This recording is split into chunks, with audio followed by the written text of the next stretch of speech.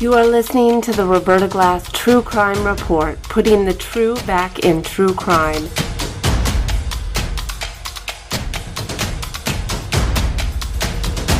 From New York City, Roberta Glass is now on the record.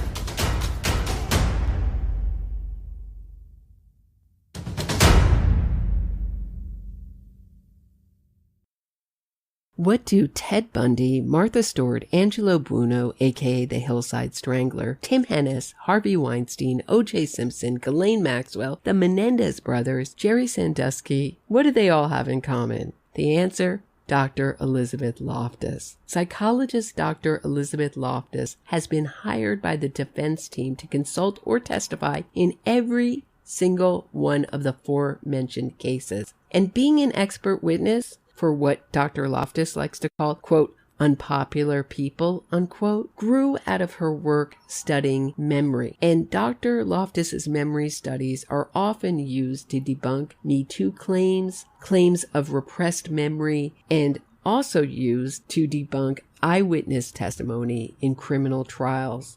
In the 1980s and 1990s and early 2000s, Dr. Loftus was a media darling. I mean, she seemed to be everywhere promoting the narrative of the False Memory Syndrome Foundation, since closed, but of which she sat on the board as a scientific advisor, and of course the Innocence Project, of which you can still find her on the Innocence Project website talking about eyewitness testimony. D.A. Lewin's cross-examination of Dr. Loftus was 3 days long and nothing short of amazing. The combination of Mr. Lewin's style of asking questions which there are no good answers, combined with his encyclopedic knowledge of Dr. Loftus's career, as well as the fact that he armed himself with every unappealing and damaging statement Elizabeth Loftus ever said in print, seemed to reduce the renowned psychologist to a stammering amnesiac who couldn't remember what she had for lunch.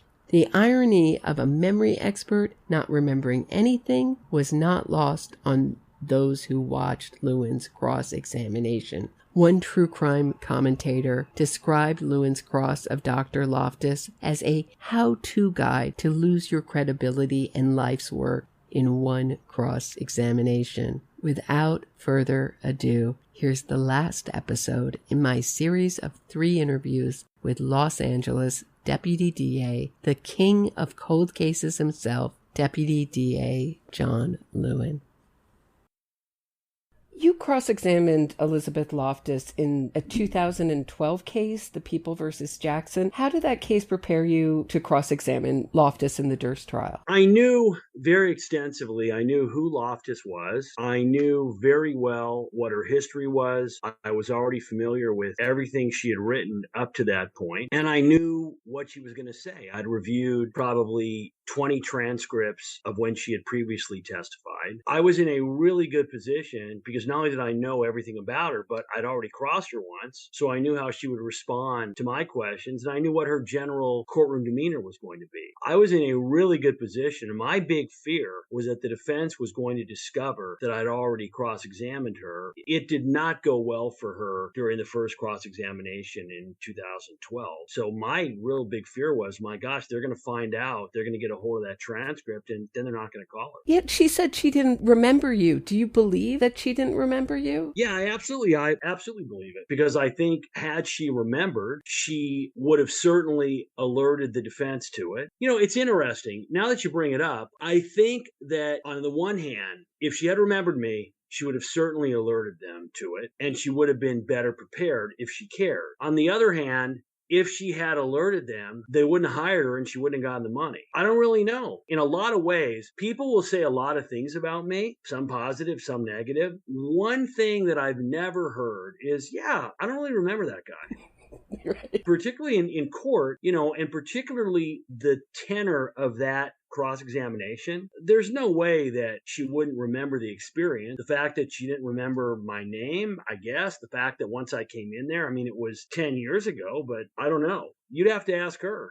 I found that not believable. Why was Elizabeth Loftus asked to testify for the defense in the Durst case? Now, that's another really interesting question. I can tell you that why she was asked is different from what does she actually have to contribute. What I mean by that is simply this. There are three different ways to go if you are Bob Durst in this case with respect to Loftus and the witnesses. Loftus is coming in and she can testify to one area. She can testify to memory. And the reason it's going to be relevant in this case is she can testify to implanted memory, to memory issues. If your defense is going to be, and there are three defenses for the witness statements in this case. And by the witness statements, I mean the statements by Susan's friends that Susan told them that she called Albert Einstein pretending to be Kathy, and or that she provided Bob an alibi for Kathy's disappearance, and or that Bob admitted to her that he had killed Kathy. Those are the witnesses that the defense has to deal with. And there are only a couple of different ways to deal with those witnesses. And this is in any case. Whenever you have a witness, you can argue that the witness is honest but mistaken. You can argue that the witness is lying. Or in this case, when the witness is repeating something that somebody else told them, you can say, listen, the witness is neither mistaken nor lying. What is going on is that the original source, Susan Berman, that she was lying. Now, those are three mutually exclusive possibilities. In other words, at most, only one of those three possibilities can be true. Now, by the way, there's a fourth possibility, and that is the witnesses are not mistaken and they're not lying, and that Susan was not lying when she told them the information. That's actually what happened. Now, the problem for the defense is that Loftus is only qualified to address scenario number 2, where the witnesses are being honest, but they are mistaken. In that context, you can argue, if you're the defense, hey, listen, memory is not like a tape recorder. It fades over time. Individuals can be influenced by other things they've heard. In essence, you're saying these witnesses aren't lying. They're just mistaken, and these memories are not accurate. Loftus can address that. She legally cannot address the issue of the witnesses themselves are lying, and she can address the issue of whether Susan was lying. The problem the defense had in this case was that they never chose which one of those options they were going to go with.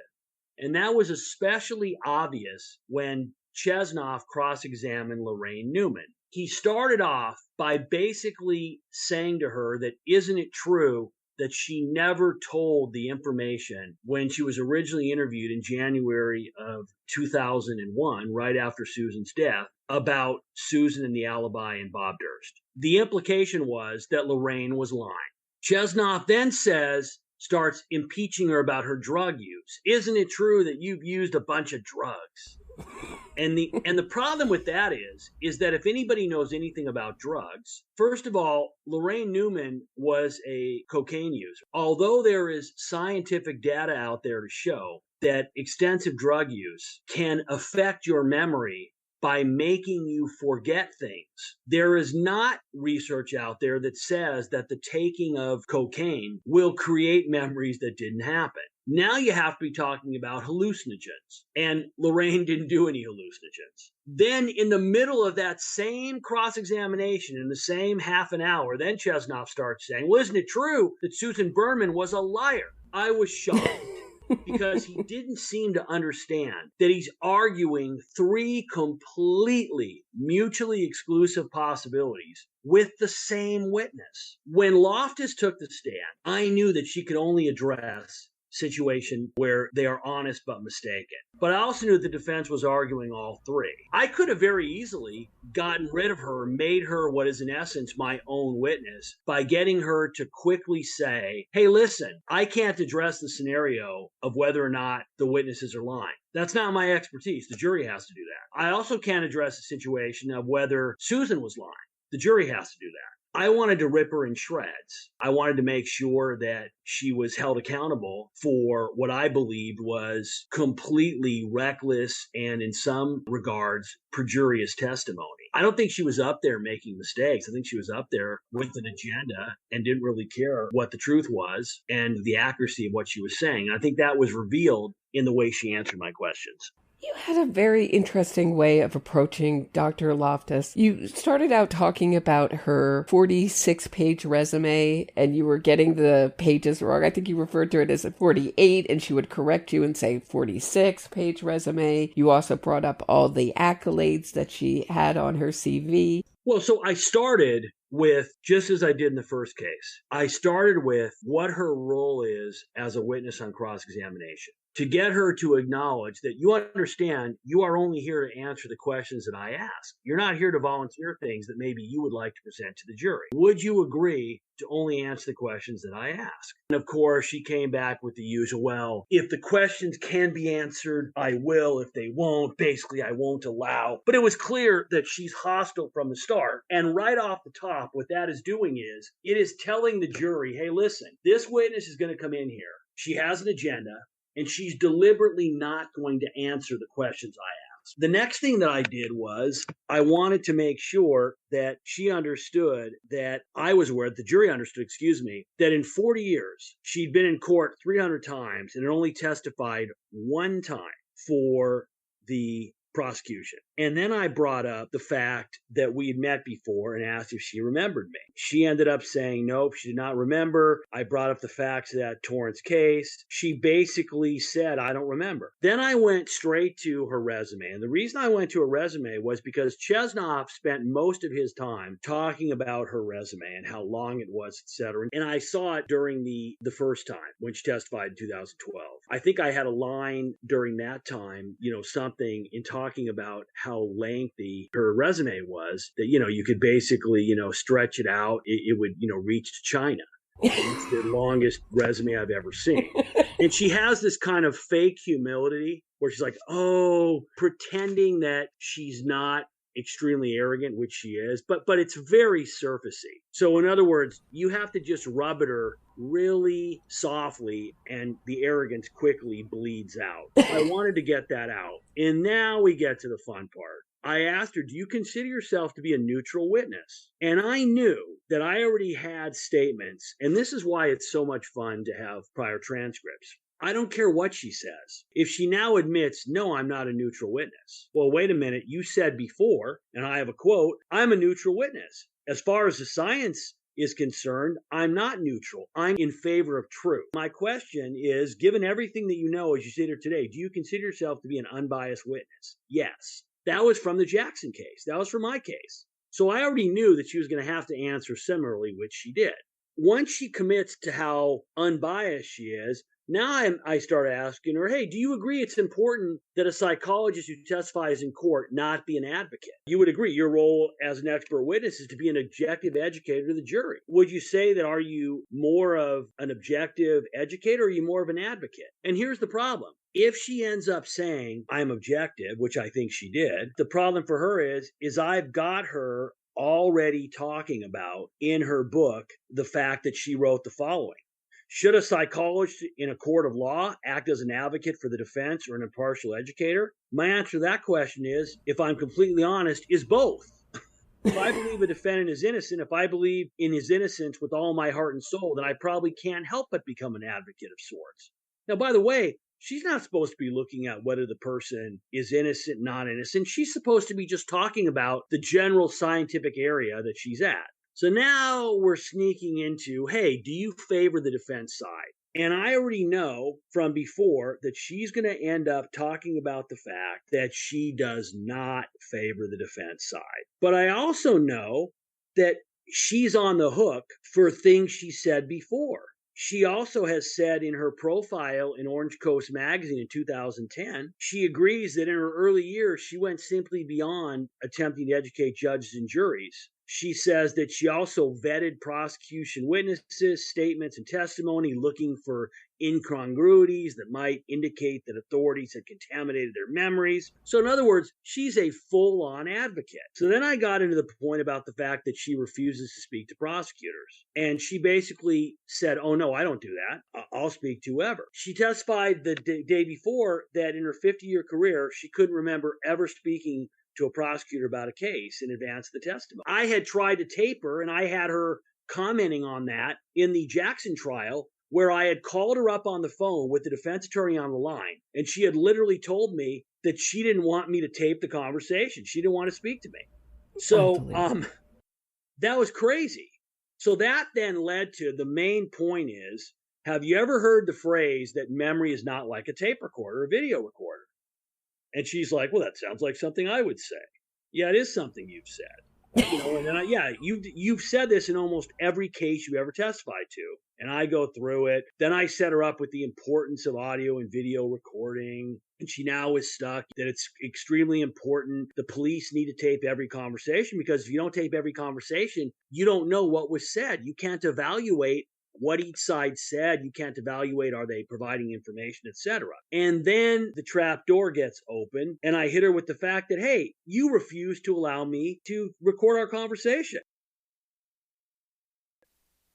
You've spent your career talking about how memory is not reliable, how police officers need to tape interviews, and yet, even with the defense attorney on the line, you tell a prosecutor, I don't want you to tape me? How on earth could you justify that? I was feeling uncomfortable. So I assume I was feeling uncomfortable means I can't justify it.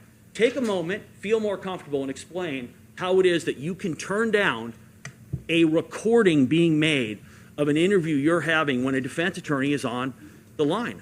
I apparently was uncomfortable with the idea. As you sit here today, do you think that your answer, you're saying right now that you're uncomfortable, do you think that that is an answer that is consistent with how somebody who is an expert on memory and who has repeatedly stated that police officers need to record every interview they do? Are those two versions consistent?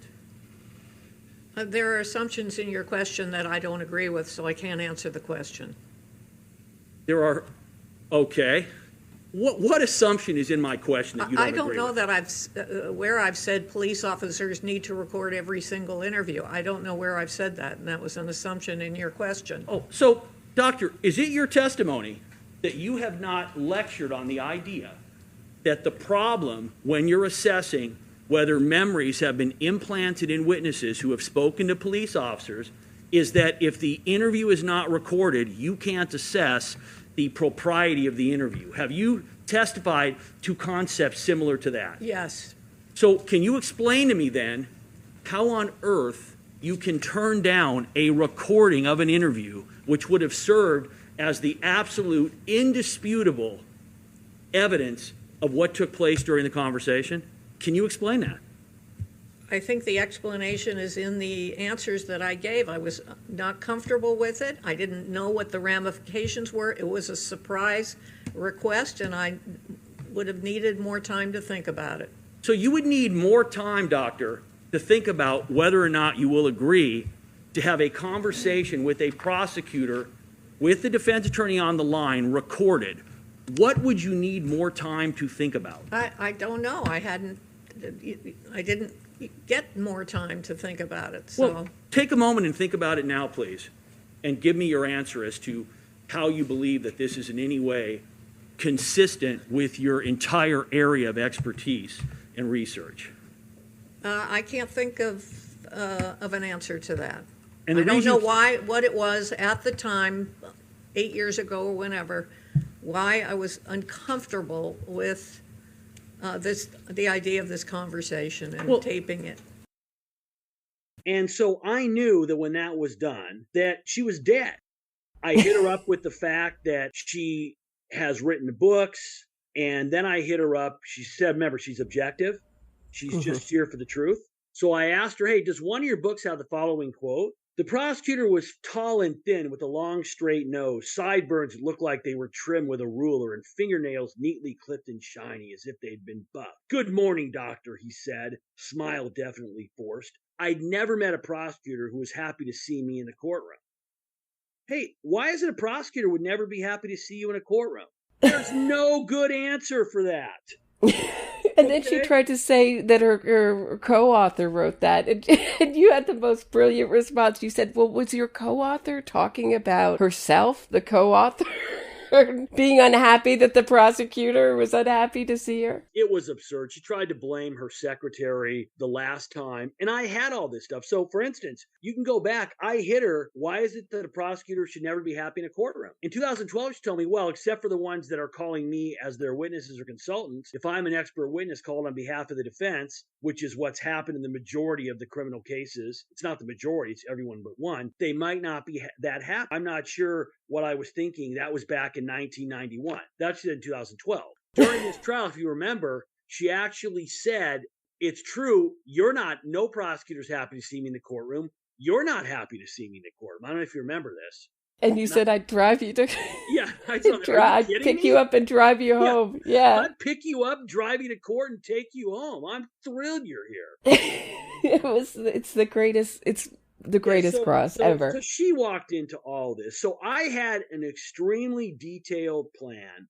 So now that is when I got into. So I want to talk about your past client list. You represented each of the following individuals, correct? Ted Bundy, the Hillside Strangler, plural. Timothy McVeigh, OJ, the Menendez brothers, Michael Jackson, Phil Spector, Martha Stewart, Jerry Sandusky, Bill Cosby, Harvey Weinstein. In these cases, did you first make a determination that the charges against these men were untrue? Of course, I mean, she's dead. And you also brought up her in Weinstein being cited to be part of a high-profile trial, and yet she fought that. And yet there she is in the New Yorker saying that she was excited to be part of a high-profile trial. So one of the problems that Loftus, and I knew this from other transcripts, and this is what happened, by the way, when they cross-examined her in Weinstein, New York. What happened is that when they asked certain questions, I had sent somebody in Manhattan my outline from 2012. What Loftus did was she simply said, I don't remember, you're going to have to show me. So Loftus is used to, when she is hit with something, what she has learned is almost certainly, even though they're hitting me with X, they're not going to have it in front of them to show me. So basically, I can just say I don't remember that. And as long as I say I don't remember that, where can they go? I had every single article, every single clip, every single thing there. So as soon as she would say I don't remember, oh, well, let me show you this. Again, it's all about being prepared and ready to go. And then I got into Tim Hennis, which was just...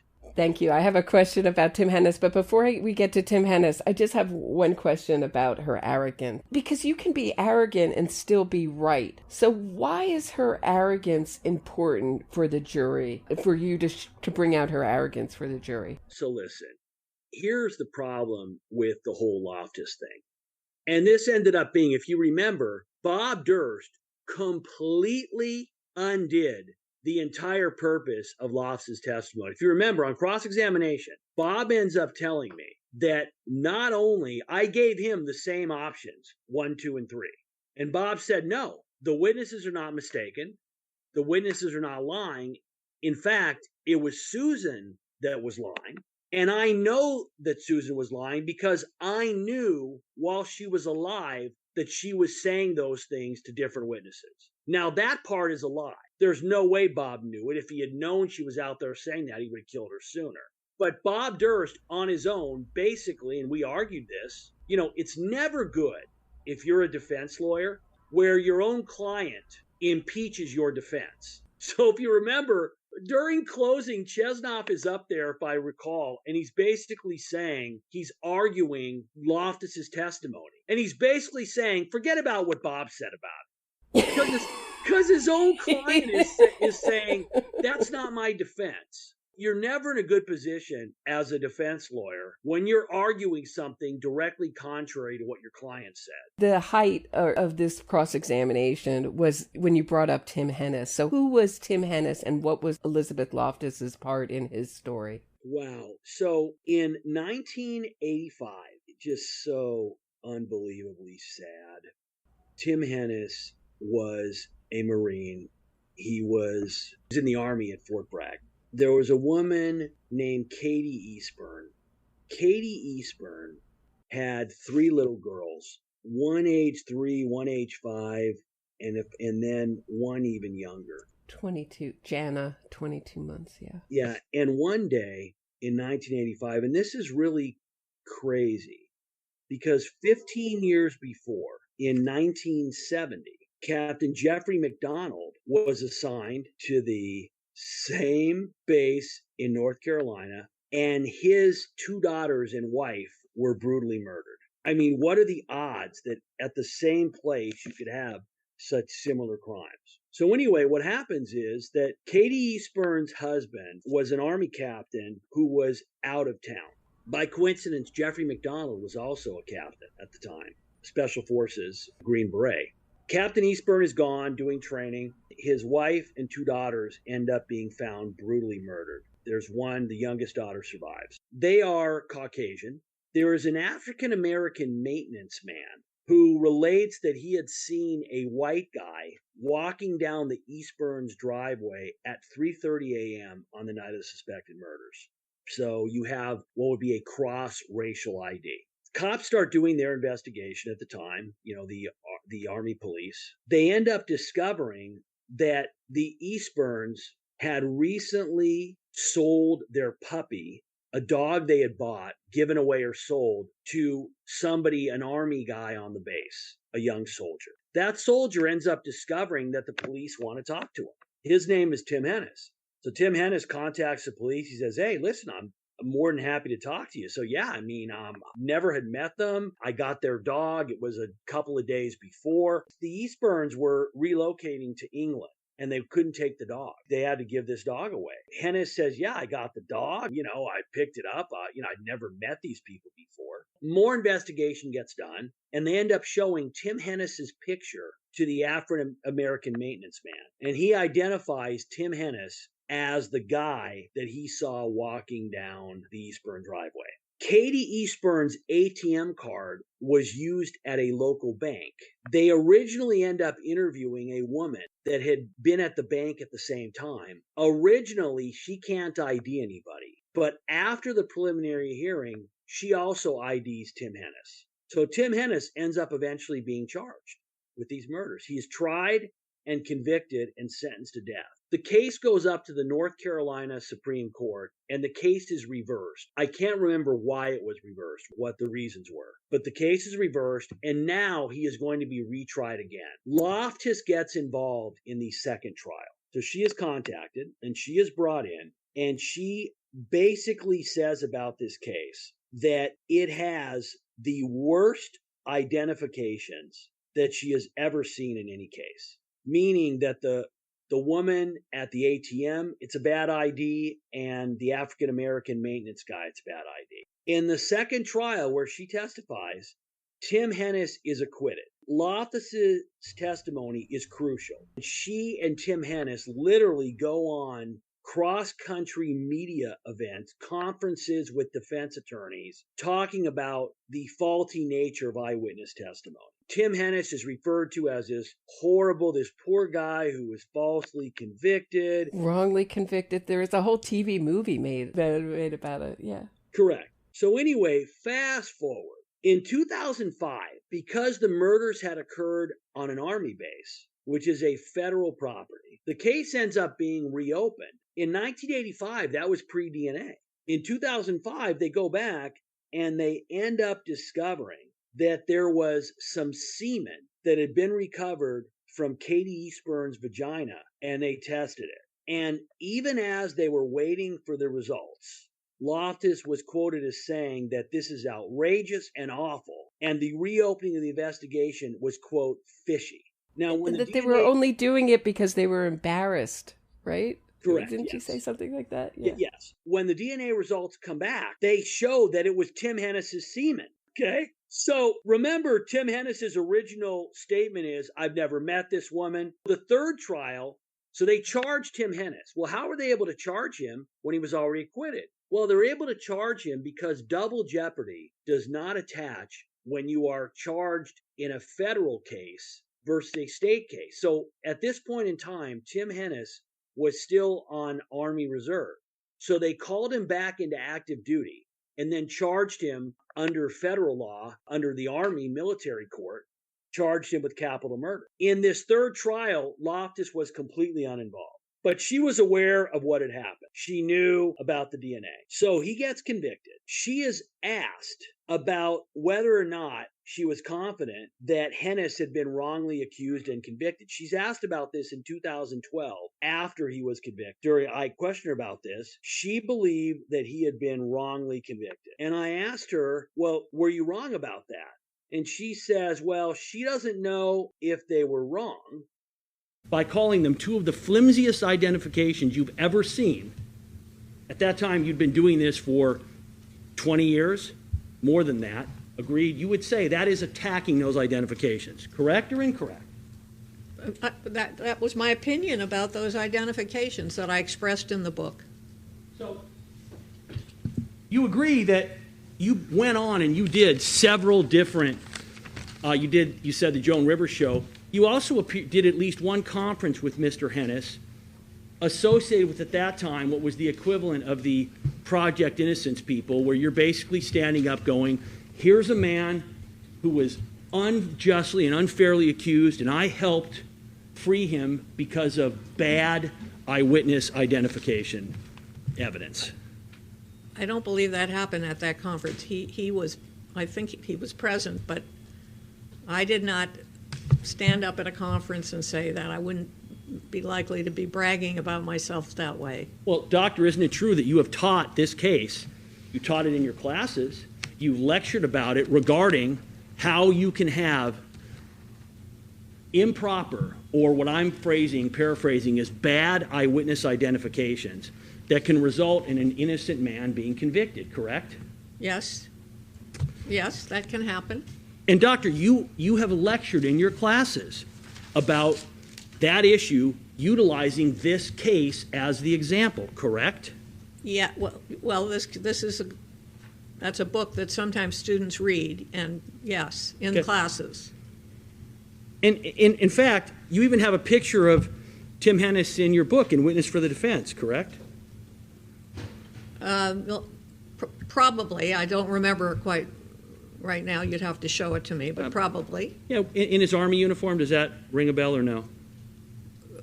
I can picture him in his Army uniform, yes. So, and you're aware, in 2005, because the murders had occurred in an Army base, which was on federal property, you're aware the case was reopened, correct? I am aware that years and years later, the military reopened the case, yes. And at the time, Doctor, you were asked why you believe that investigators were still pursuing Sergeant Hennis, and you responded, quote, "My only speculation is maybe they're embarrassed that nobody's ever solved the crime." Do you recall saying that or similar things to that? I don't recall that, no. Does that, if you don't recall making that statement, does that statement, though, is that consistent with what your belief was at the time? Well, at that point in time, I was pretty convinced he was innocent, and it would only be later that I would have some doubts about his innocence. You would have some doubts. I just want to make sure. Some doubts about his innocence. Yes, okay. I would have some doubts about his innocence later on. And you would characterize it as some doubts, correct? You've just characterized it as some doubts about his innocence. Is that right? Right, and okay. as I sit here now, I have some doubts about his innocence. So, you also said, correct, Doctor, maybe someone believes he got away with murder and it's galling to them, unquote. Did that sound like something you would say? It sounds like I might have said something, if asked the question of why continue to pursue this, yes. And she then goes back and says during our trial that she has been told by DNA experts that the DNA that they found, that it had been in a box, if you remember, and that there were problems with it. Now, remember, during her direct, she brought up the fact that she had been responsible for freeing a bunch of innocent people through the Innocence Project with her testimony, right? And the way you knew they were innocent was the DNA proved they were innocent. So the DNA is apparently the gold standard unless it's showing that Tim Hennis committed this rape and murder. I end up asking her during her testimony in Durst, I end up saying something to the effect of, wait, so is it your testimony that somehow, because the sample was in a box for a number of years, that somehow Tim Hennis's semen happened to get in there? And she says something like, I'm not a DNA expert. It was so great. And there was also a part where she said something to the effect of, I feel so sorry for his, and she doesn't specify who, him and his family. And you say, I assume you mean Katie Eastburn's husband and his family. She has to admit on the stand that she means that her immediate thought was sympathy for Tim Hennis and his family. Well, and she's dedicated a book to Ted Bundy. It's just this intense identification with victimizers. Well, it gets even worse, Roberta, because in 2010, well after this trial happens, she does an interview with Orange Coast Magazine, a profile, and she talks about this case. Remember, this is after Tim Hennis has now been convicted and we have his DNA. In that article, she doesn't mention anything about the fact she's talking about Tim Hennis as if he was falsely convicted. She never mentions to the author, oh, by the way, they went back and did DNA. And she was still teaching this case with her students as if the DNA in the third trial had never happened. I mean, it is beyond disgusting. It is the contempt that I have and had for her. Is not imagined. It's not fake. She is disgusting in what she does. To me, she represents the ideology of a movement, which never says guilt. Okay, so no, but I think you have to take a step back from Loftus because it's a little bit different. Loftus has a fascination, and she's admitted it before. She loves being involved in these high-profile media cases, and she's getting paid a lot of money. So what I'm telling you is I don't even believe that it's that she is, delusional because of her blind faith in her political viewpoint of the criminal justice system. She's just a paid expert coming in there. She loves the attention. She loves the money. I love the fact there's only one case she's ever turned down. Only one. And that was Ivan the Terrible case. John Demenchik, if I remember. She turned down that case. That's the only one. Then the next area was talking about her work on sex and child abuse cases where she's become an expert basically saying that all of these repressed memory cases are untrue. And then that allowed me to get into some of the organizations. False Memory Syndrome Foundation she sat on the board of for a long time. Then I got into her actual research. So one of the things that people don't do with experts is they are afraid to challenge the experts in their area of expertise because the expert knows more. But if you can do your homework and discover that, listen, they haven't done their own work properly within their own field, you can take them apart. So that's when I started going through her different experiments and her theories about false memory. Then we got to her fees. How much money she was making. She had said during the Jackson case she was underpaid and there are experts that get paid more, and that's not a lot of money. I think she said something similar in this case. I can't remember.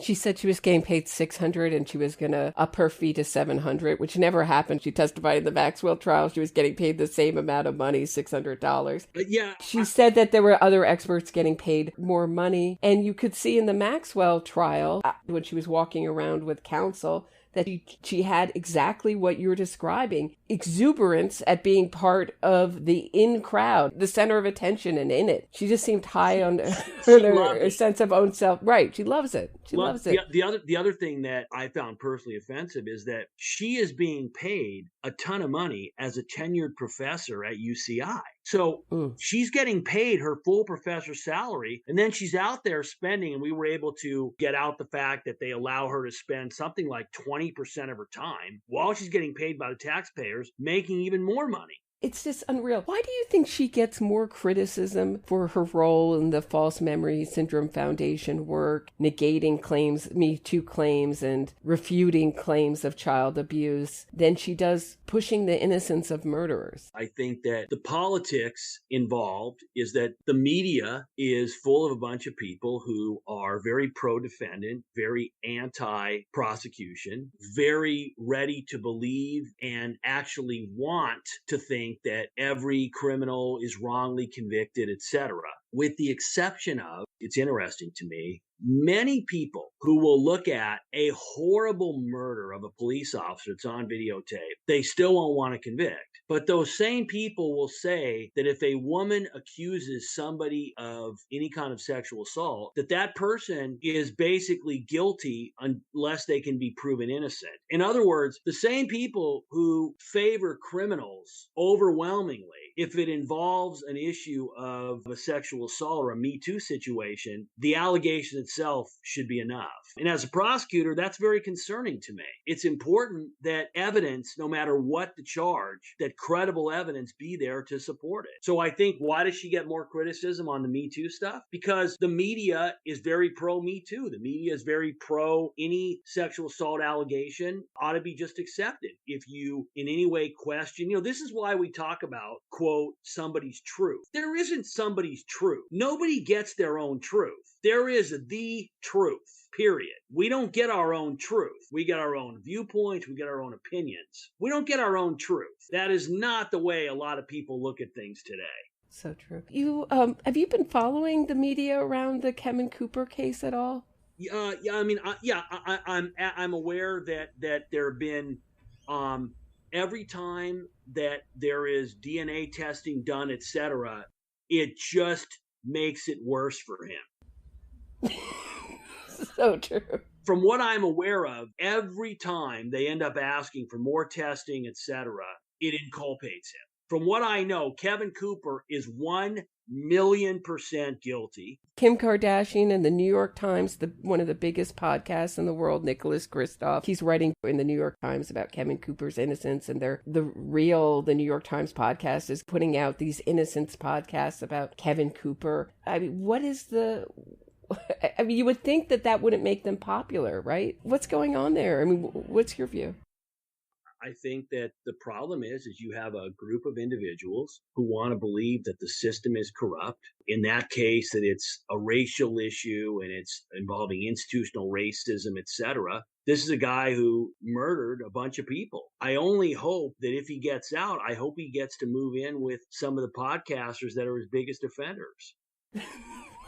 I say the same thing, yeah. Elizabeth Loftus has done an unpopular case after the other. Weinstein, Cosby, Durst. She's dedicated a book to Ted Bundy. How many more what she calls unpopular people can she testify for? Is there anybody that she could testify for that would make a lawyer not want to hire her?